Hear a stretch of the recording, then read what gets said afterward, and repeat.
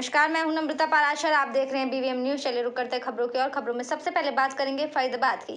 जिला फरीदाबाद के सबसे बड़े सरकारी अस्पताल यानी कि बादशाह खान सिविल अस्पताल में अचानक से बत्ती गुल हो गई, जिसके चलते पूरे अस्पताल में अंधेरा छा गया और डॉक्टर टॉर्च की रोशनी में इलाज करते नजर आए।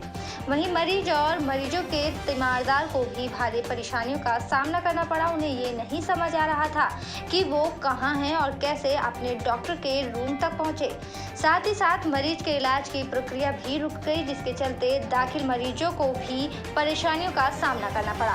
करीब पौने घंटे के बाद बिजली आपूर्ति सुचारू रूप से चल सकी और मरीजों और तीमारदारों का कहना है कि अंधेरे में उन्हें कुछ नजर नहीं आ रहा था। साथ ही साथ उन्हें काफी परेशानी भी हो रही थी। उनका कहना था कि इतने बड़े सरकारी अस्पताल में लाइट जाना सरकार की नाकामी है। की परेशानी है घर वाले। अच्छा, तो कितनी देर से बैठे हो? भेजिए हमें 2 घंटे। लाइट नहीं है तब से? नहीं है। तो किस तरह की परेशानी सामने आ रही है? लाइट नहीं है, अंधेरा नजर आ रहा है जी। परेशानी है। कौन सा हॉस्पिटल है ये?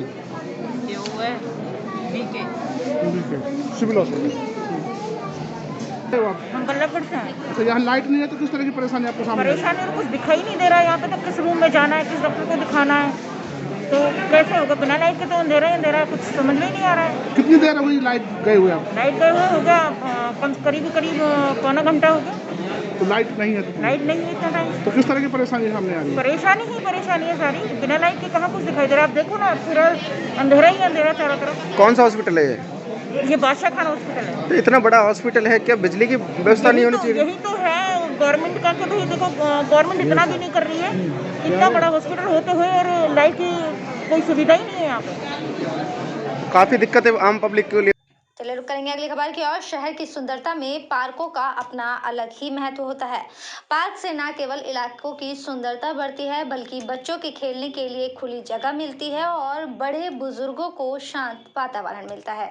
साथ ही पार्क में लगे पेड़ पौधों से वातावरण भी शुद्ध होता है। इसी के चलते हरियाणा के परिवहन मंत्री मूलचंद शर्मा ने 6.5 लाख की लागत से सेक्टर 3 के पार्क के सौंदर्यीकरण करने के लिए रकम दी। उन्होंने कहा कि पार्क आम आदमी की दिनचर्या का एक अहम हिस्सा होता है, जिसमें सुबह की ताजा हवा लेकर वो शरीर अपने को स्वस्थ बना सकता है, मन को शांत कर सकता है। उसी को लेकर हरियाणा सरकार की तरफ से तमाम शहर के छोटे बड़े पार्कों का सौंदर्यीकरण करा जा रहा है। बहुत लंबे समय से इस पार्क की डिमांड थी कि पार्क की जर्जर हालत है और जगह जगह टूटा हुआ पूरा पार्क है। तो इसमें जो भी अभी 6.5 लाख रुपए हैं और मैंने कहा है कि जितने भी पैसे की जरूरत है इस पार्क को सुंदर बनाना, बढ़िया बनाना है। शहर के तमाम जितने भी पार्क हैं, छोटे छोटे जो मकानों हुए, उन सब पार्कों को हम सुंदर बनाएंगे और लोगों को आने वाले समय में जो लोग अपने घूमना है, बैठना है, बात करनी है, उसका सब लोग अपनी चर्चा करें और घूमें। पार्क ही जीवन है। पार्क तो काफ़ी हैं, परंतु उनके ऊपर जेई बहुत कम है और माली भी नहीं पहुंच पाते हैं। हमने जो लोगों की संस्था उन्हें कहा है संस्था खुद देखें और उसकी देखरेख संस्था के लोग करें। अगर हर जाए सरकारी लोगों के ऊपर डिपेंड रहेंगे तो बहुत कुछ काम ऐसे हैं जो नहीं हो पाएंगे। सरकार अपना काम करेगी और लोग अपना काम करें, लोग उसकी देखरेख स्वयं देखेंगे और जो सरकार की जरूरत होगी हम पूरा करने का प्रयास। चंदन नगर पहुंचे थे, लोगों की समस्या सुनी थी, तो कैसे समाधान? नहीं, चंदन नगर में आज 18 लाख की मैंने सड़क का उद्घाटन किया है। वो सलम का इलाका है, सलम की बस्ती है और बहुत जर्जर हालत थी उस रोड की। आज 16 लाख में चंदन नगर की भी उसका उद्घाटन किया। इस तरह छोटे छोटे काम हैं जो शहर में कहीं ट्वेल का है, कहीं पार्क का है, कहीं सड़क का है, कहीं झोपड़पट्टी का। इस तरह के आने वाले समय जल्दी से जल्दी हम चाहते हैं कि गर्मियों तक ये सब चीज़ पूरी है। अच्छा, निगम चुनाव जो हैं वो थोड़ी देरी से होंगे और लोगों की समस्या कैसे सुनेंगे? लोग कैसे अपनी समस्या उठा पाएंगे? नहीं, निगम के आज भी सुनने, निगम के विधायक हैं जो लोग हैं वो आज भी काम करें और निगम के चुनाव ज़्यादा समय नहीं, मार्च लास्ट अप्रैल 1 वीक तक सरकार कराने की संभावना है। सरकार का ये मानना है कि अप्रैल के 1 वीक में निगम के फरीदाबाद के चुनाव हो, ऐसी सरकार की, संगठन की और चुनाव की मंशा।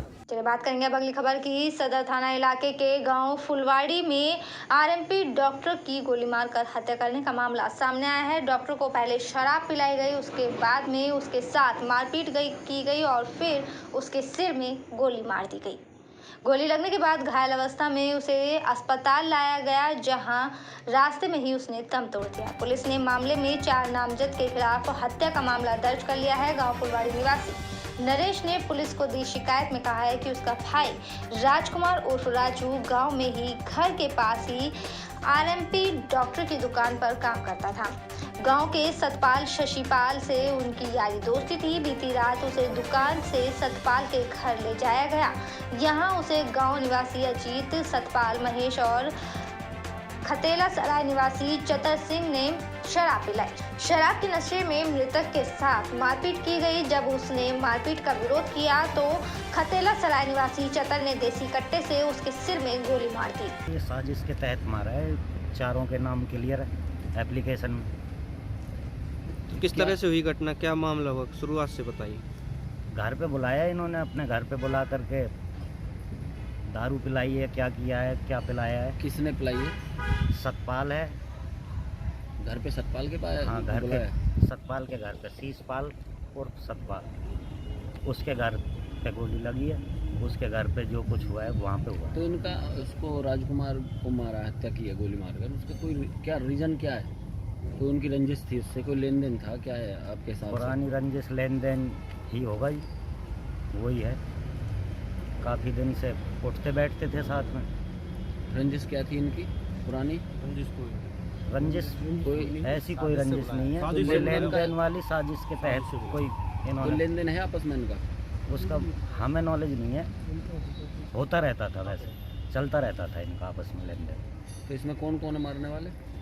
एक शीशपाल और सतपाल है, एक महेश और एक अजीत और एक चतर है खटेला वाला। 3 फुलवाड़ी से हैं, एक चतर खटेला से। अच्छा, ये यहाँ क्या कर रहा था, एक खटेला का गांव में? ये तो उनका रिश्तेदार है जी, उनको पता होगा। उन्होंने साजिश के तहत बुलाया। सतपाल के घर शराब पी और वहीं डेड बॉडी कहाँ मिली इसकी? सतपाल के घर। आपको पता कैसे नहीं, चली? डेड बॉडी नहीं थी जी उस टाइम। अच्छा, उस टाइम ठीक था, बोल रहा था। हालत तो गोली लगी हुई थी माथे पर, लेकिन राजू उर्फ राजकुमार सोनो लक्ष्मी है और ये गांव फुलवाड़ी का है। और ये कोई करीब 3-4 बंदे जो है शीशपाल उर्फ सतपाल के मकान में अंदर बैठ के खा पी रहे थे।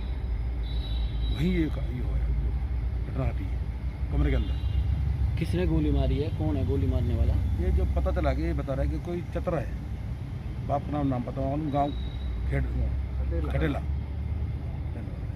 तो इसको कोई घर से बुलाया था कैसे? फिर ये घर से बुलाया है इसको और बैठ के वहाँ पी रहे खा पी रहे हैं।